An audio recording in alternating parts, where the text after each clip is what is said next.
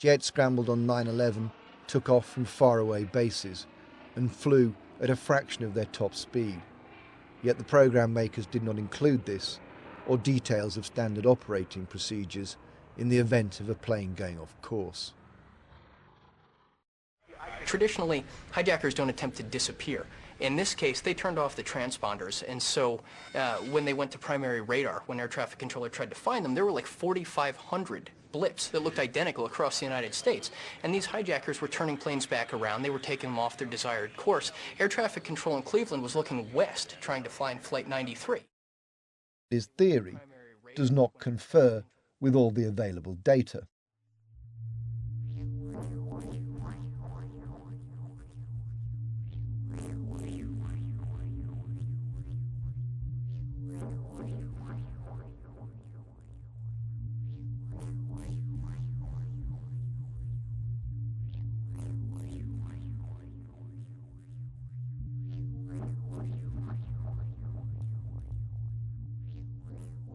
Air traffic control and military radar systems do not simply lose track of flights if they stray off course and their transponders are turned off.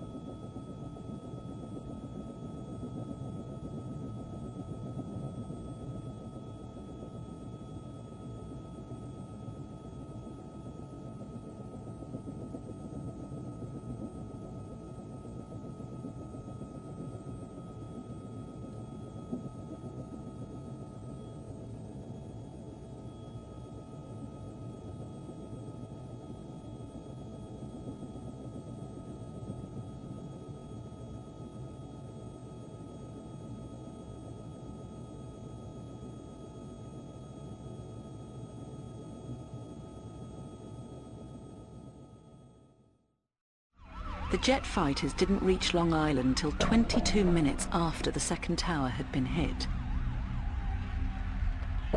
In the post-mortem, the military and civilian air traffic control both gave inaccurate information about the precise timings of how long they took to respond to the hijackings. In fact, the US authorities have provided a variety of different timelines. Why didn't the BBC inform the viewer about this revision or ask the relevant officials about these as yet unexplained contradictions? You got three stories. You now had three stories about 9/11.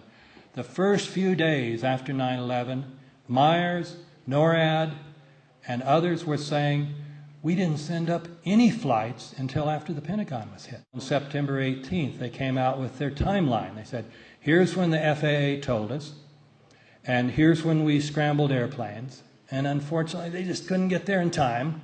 Critics have looked at those timelines and said, you still could have made it. You could have stopped Flight 175. You certainly could have stopped Flight 77, assuming it was.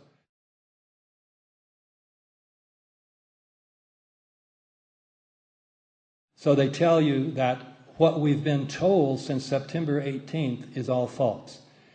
When September 18th, NORAD's timeline said we got a notification of Flight 175 at 8:43, the 9/11 Commission says, no, that was a mistake. They didn't know about it until the South Tower was hit.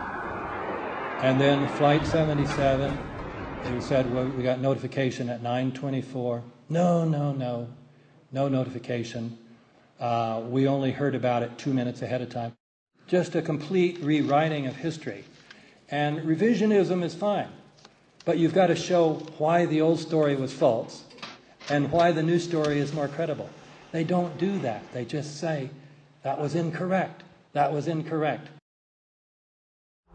They found plenty of evidence of confusion and chaos, but no deliberate attempt to mislead the public, and no conspiracy to ground the fighters. The conspiracy files advanced the incompetence theory, but did not subject it to examination.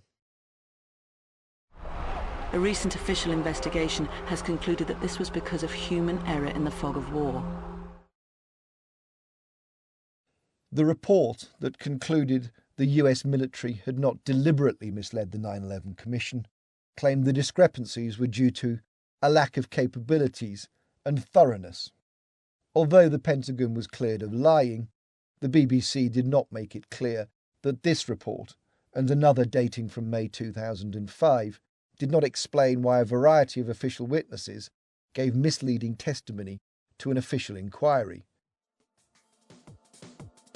The BBC did not question this or the legitimacy of the Department of Defence investigating itself.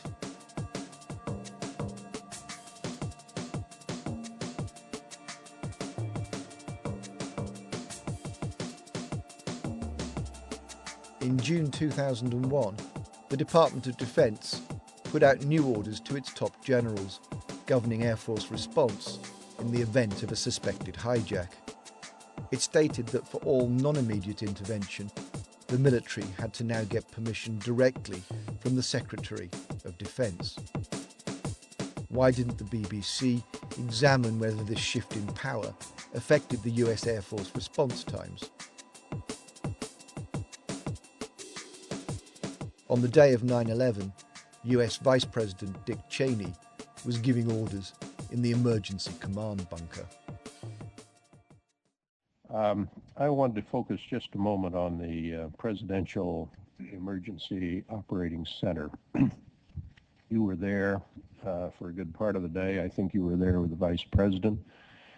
And we had that order given, I think it was by the President, that authorized the shooting down of commercial aircraft that were suspected to be controlled by terrorists.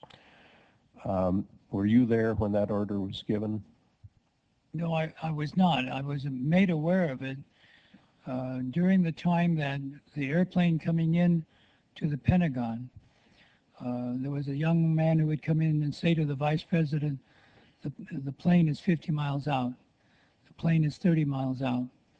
And when it got down to the plane is 10 miles out, the young man also said to the Vice President, do the orders still stand?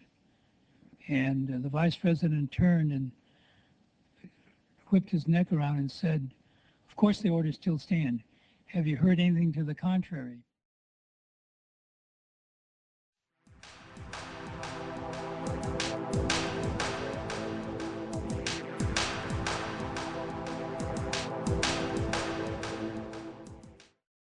When each plane slammed into the tower, it damaged the core structure. Then the ensuing fire weakened the building further. Although steel needs 1,500 degrees Celsius to melt, at 650 degrees it loses half its strength. The load-bearing beams buckled when they were unable to carry the weight above, and the floors progressively caved in. This theory has not just been refuted by 9/11 researchers, but by scientists from the National Institute of Standards and Technology. Why wasn't the viewer informed about the revisionism that has taken place since the Commission report was published?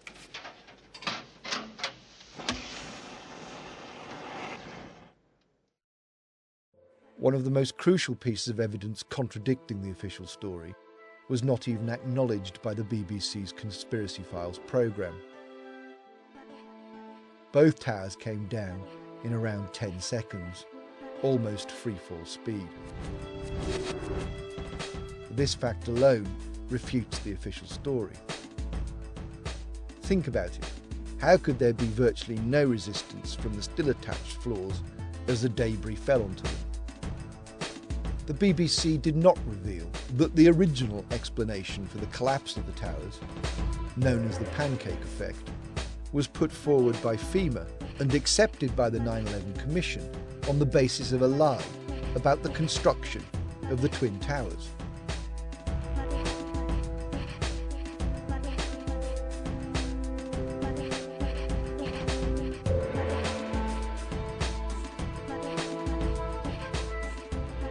Not included in the programme were the growing number of physicists, metallurgists and demolition experts who conclude that controlled demolition is the most likely explanation.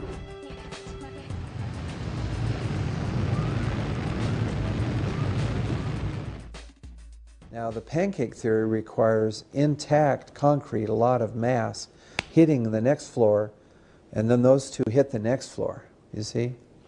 And so you would expect then from that theory, which is the official theory, as the floors pancake, you'd expect to see a whole stack of floors piled up on top of each other after the collapse is completed. Instead of a whole stack of floors, and then a spindle of the core column standing too, what you see is dust that's being produced. Now you can't have it both ways. In other words, if there's dust being produced, where's the mass that causes the collapse? And if there's a mass in the collapse, that every time one floor hits a stationary floor, or a set of floors hits a stationary floor, that'll slow the collapse down. The mass has to move out of the way to get the collapse to be rapid. Well, you have to have half the columns fail about the same time. There's 47 steel, huge, 3 feet at the base, steel columns going up the core. 47, they're interconnected. How do you get them to fail simultaneously so the core disappears?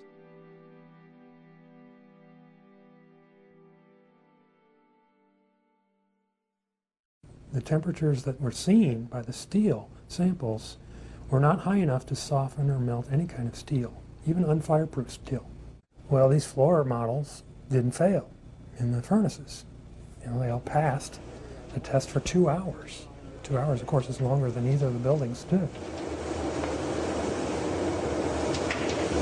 That was a red flag for me.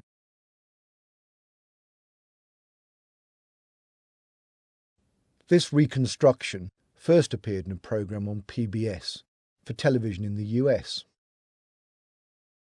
Even if the reinforced steel did weaken, it would not fall as portrayed in this graphic because it was meshed with concrete.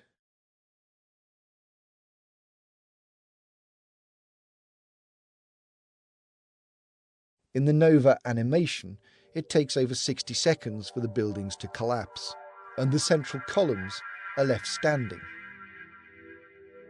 Why then did the BBC reuse a graphic that does not accurately portray the design of the Twin Towers or show what happened to them? The BBC relied solely